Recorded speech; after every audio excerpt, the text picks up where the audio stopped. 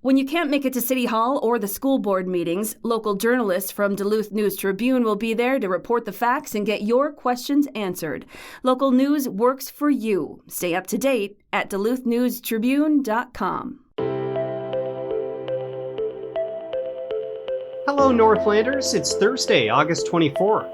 I'm Dan Williamson with your Duluth News Tribune Minutes, presented by Minnesota Power Employees Credit Union. The average MPECU member saves over $785 a year in better rates and lower fees. And with MPECU, every ATM is your ATM. With their free checking program, you get ATM fee reimbursements at any ATM anywhere in the U.S. Check out Minnesota Power Employees Credit Union's services online at mpecu.com or visit their offices in downtown Duluth, Arrowhead Road, or Miller Trunk Highway.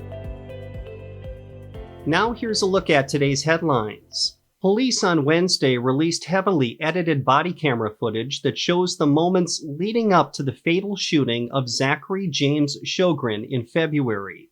Sjogren, a 34-year-old military veteran who had struggled with mental illness in recent years, was seen holding a knife and running in the direction of an officer as members of the Lake Superior Violent Offender Task Force attempted to arrest him near his home on the 1500 block of East 3rd Street on February 24th.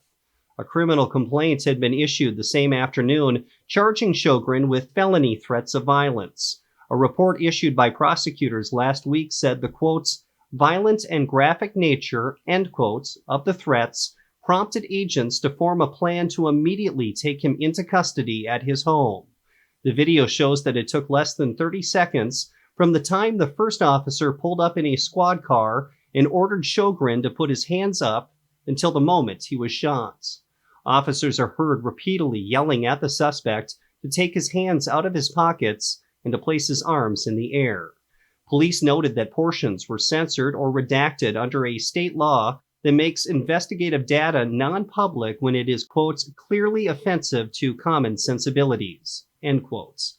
Several officers' faces and voices also are distorted, as they were assigned to the task force, and the Minnesota Government Data Practices Act requires agencies to withhold information, quotes, when access to the data would reveal the identity of an undercover law enforcement officer, end quotes. Here is a short audio clip from the released video. If you would prefer to skip this part, you can scroll ahead to 20 seconds from now. Hands up, police, hands up. He's walking. Hands up. Get him with the less lethal. Put your hands up. Get your hands up. Get your hands up. Get out of your pocket. He's got a knife. He's got a knife. The video shows Sjogren producing the knife and holding it by his side as an officer alerts his partners. Another officer is heard repeatedly warning that he will use a taser, which proved unsuccessful. A third officer fires less lethal sponge rounds, which also failed to subdue Sjogren. Sjogren is seen charging with the knife toward the officer holding the less lethal launcher at the moment when the shots are fired. The edited video cuts to black, but the audio continues as the gunshots are fired. It was announced last week that there would be no charges filed against any officers, with Cook County Attorney Molly Hicken finding that the shooting was reasonable under the established legal standard for use of deadly force by a police officer.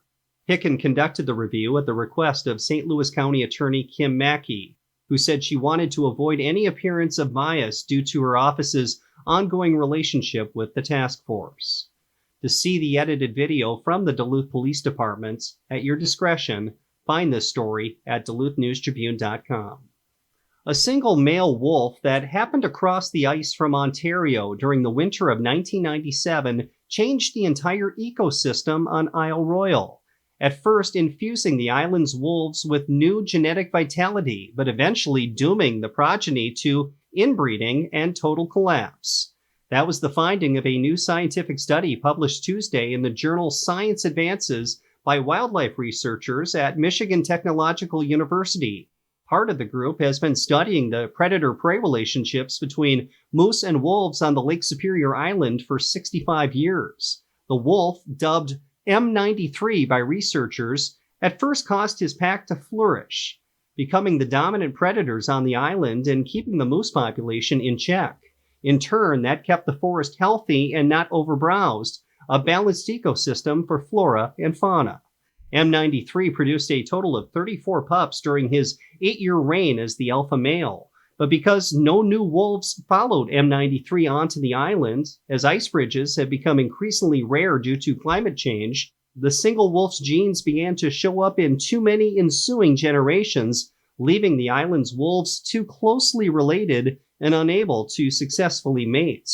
Wolf numbers crashed from a recent high of 30 to just 2 by 2015.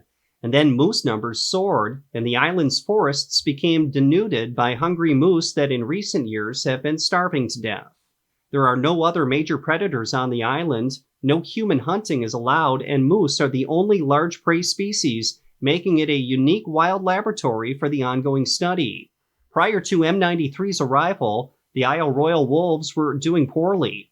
During the 1980s, the wolf population fell from 50 to 12 wolves, due to an outbreak of canine parvovirus. The disease disappeared by the late 1980s, but the island's wolf population didn't rebound. Research later showed the inbreeding was the problem. Scientists later discovered many wolves in the population had been born with unusually shaped spines, which limits mobility. M93, an immigrant not related to any of the other wolves on the island, quickly became the breeding male of one of the 3 packs, which reduced overall levels of inbreeding. M93 also was larger than the island's native wolves, and he thrived on taking down big moose at a higher rate than his failing predecessors. In other words, M93, who died in 2006, had single-handedly rescued the island's wolf population by alleviating the impact of inbreeding. But the benefits were short-lived, fading by 2008, just 2 years after his death. It was established that 60% of the wolf's gene pool was inherited by M93. As inbreeding became commonplace again, the population started to rapidly decline. By 2015, only 2 highly inbred wolves were left, a father and daughter pair that were also half-brother and sister. Those 2 wolves were unable to successfully reproduce. That wolf population crash led to the National Park Service's controversial decision to import new wolves to the island from Canada, Minnesota, and Michigan in 2018 and 2019. Now the descendants of those imported wolves, mostly from Ontario Islands on Lake Superior, are the basis for the island's again thriving wolf population.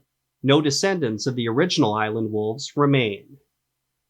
Joining us through Zoom is one of my colleagues, Duluth News Tribune features reporter Melinda Levine. Melinda is working on a story you'll be able to find in Friday's e-edition of the Duluth News Tribune, as well as online at duluthnewstribune.com. And Melinda, this weekend there's a farm festival in 2 Harbors. What more can you tell us? Yes, so the Clover Valley Farm Trail, which is comprised of 11 local farms from Duluth to 2 Harbors, they launched their farm trail this summer. And basically it's kind of like the Fruit Loop in Bayfield.